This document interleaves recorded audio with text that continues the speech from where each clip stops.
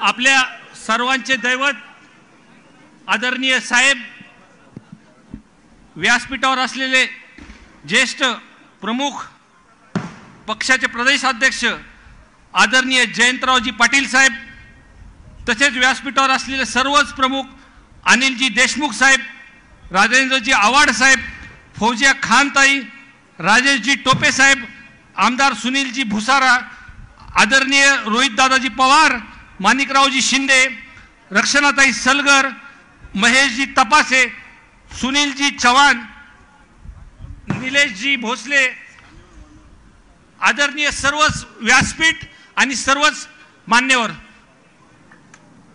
सर्वात आधी आदरणीय साहेबांचं बीड जिल्हा, बीड जिल्ह्यातून आलेले सर्व आपण साहेबांच्या प्रेमी, आपल्या सर्वातर्फे बीड जिल्ह्यातर्फे आदरणीय साहेबांचं मी स्वागत करतो।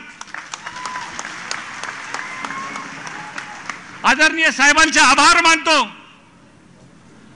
की साहेबांनी देशाची भूमिका ही ठरवायचा मान आपल्या बीड जिल्ह्याने दिल्याबद्दल मी मनापासून बीडच्या आणि बीडच्या जनतेच्या वतीने साहेबांचे मी आभार मानतो। आदरणीय साहेब,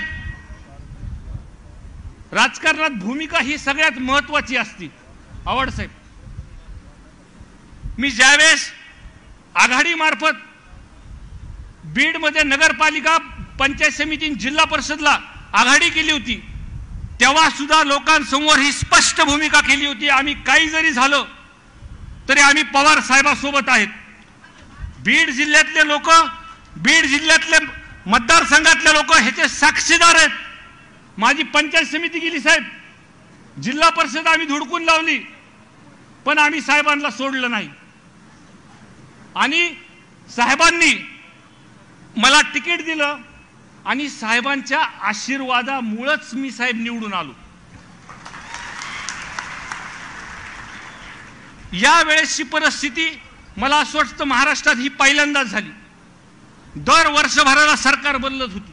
आवड साहेब, पहिल्याची शपथविधी, पण पहिल्याच्या शपथविधीमध्ये मी पहिला आमदार होतो। जयंत पाटील साहेबांनी फोन केला होता, साहेब जयंत पाटील साहेब तुम्ही मला फोन केला होता पवार साहेबांच्या पहिली शपथविधीची, पहिला आमदार म्हणून मी तिथं आलो होतो, कारण का माझी भूमिका ही स्पष्ट होती साहेब।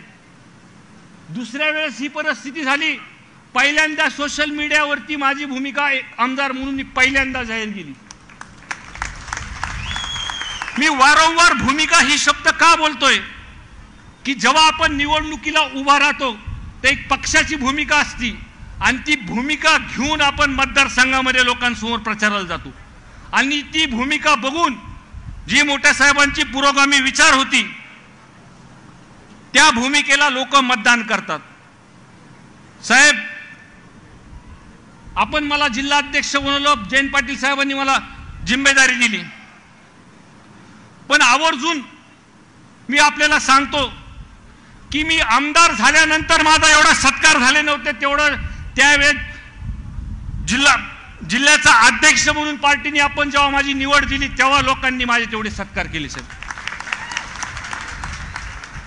मतदारसंघातल्या बैठकी दिल्या, जिल्ह्यामध्ये आम्ही परत बैठकी घ्यायला निघालो साहेब। मी एकटाच आमदार होतो, पण आवर्जून सांगेल साहेब की जिल्ह्यातले दरेकर नाना असतील, आपले बाळासाहेब होके पाटील असतील, आमचे सलीमबाई असतील, उषाताईचं तर साहेब कॅन्सरची त्यांची ट्रीटमेंट चालू आहे। आवड साहेब, प्रत्येक बैठकीला ते उपस्थित राहिले मला तिथं आशीर्वाद देण्यासाठी।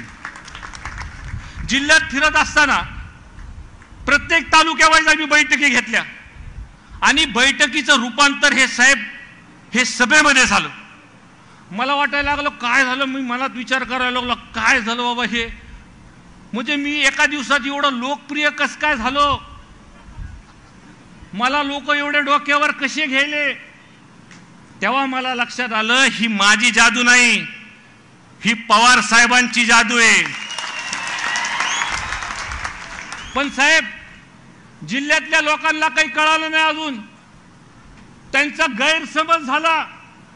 आता ते जेव्हा लोकांमध्ये जातील तर त्यांची जागा त्यांना निश्चितपणे लोक दाखवून देतील। काय भाषण करायची,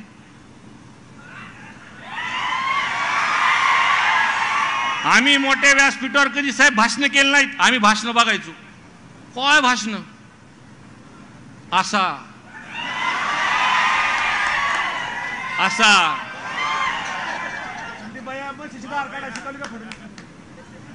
पण एका महिन्यातच मी नाव कुणाचं घेतलं नाही बरं का, परत म्हणताल तुम्ही नाव घेतलं म्हणून. आणि काय लगेचच एक भाषण तर लय भारी, कुणाचा पण नाद करायचा पण साहेबाचा नाद करायचा नाही. मला वाटलं हे ते समजले नाही. पण येणाऱ्या काळामध्ये साहेब सर्वसामान्य लोक हे तुमच्या सोबत आहेत साहेब. कुणी जरी लोक सोडून गेले काही फरक पडणार नाही साहेब. मला एक लोकांनी प्रश्न विचारला की सत्ता की साहेब.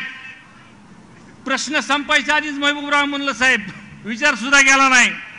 मला काकूंनी हयात असताना सांगितलं होतं, मी मागच्या भाषणात सुद्धा सांगितलं होतं की आदरणीय पवार साहेबांसोबत आपण भूमिका घेतलेली आहे आणि कायमस्वरूपी त्यांच्या पायापाशीच राहा. शेवटच्या श्वासापर्यंत आदरणीय साहेब तुमच्याच पायापाशी राहणार एवढं सांगतो. शेवटचा एक मुद्दा घेतो की मी सत्तेच्या बाहेर पडल्यानंतर काही ठराविक आमदार आम्ही होतो. काही आमदार म्हणले, लोक म्हणले की आम्ही सत्तेमध्ये आहेत, महासत्तेमध्ये आहेत, आमच्यासोबत मोदी आहेत, तुमच्याकडे काय. मी म्हणलं आमच्याकडे साहेब आहेत. आणि साहेब बीड जिल्ह्याची आणि मराठवाड्याची जनता ही स्वाभिमानी आहे साहेब.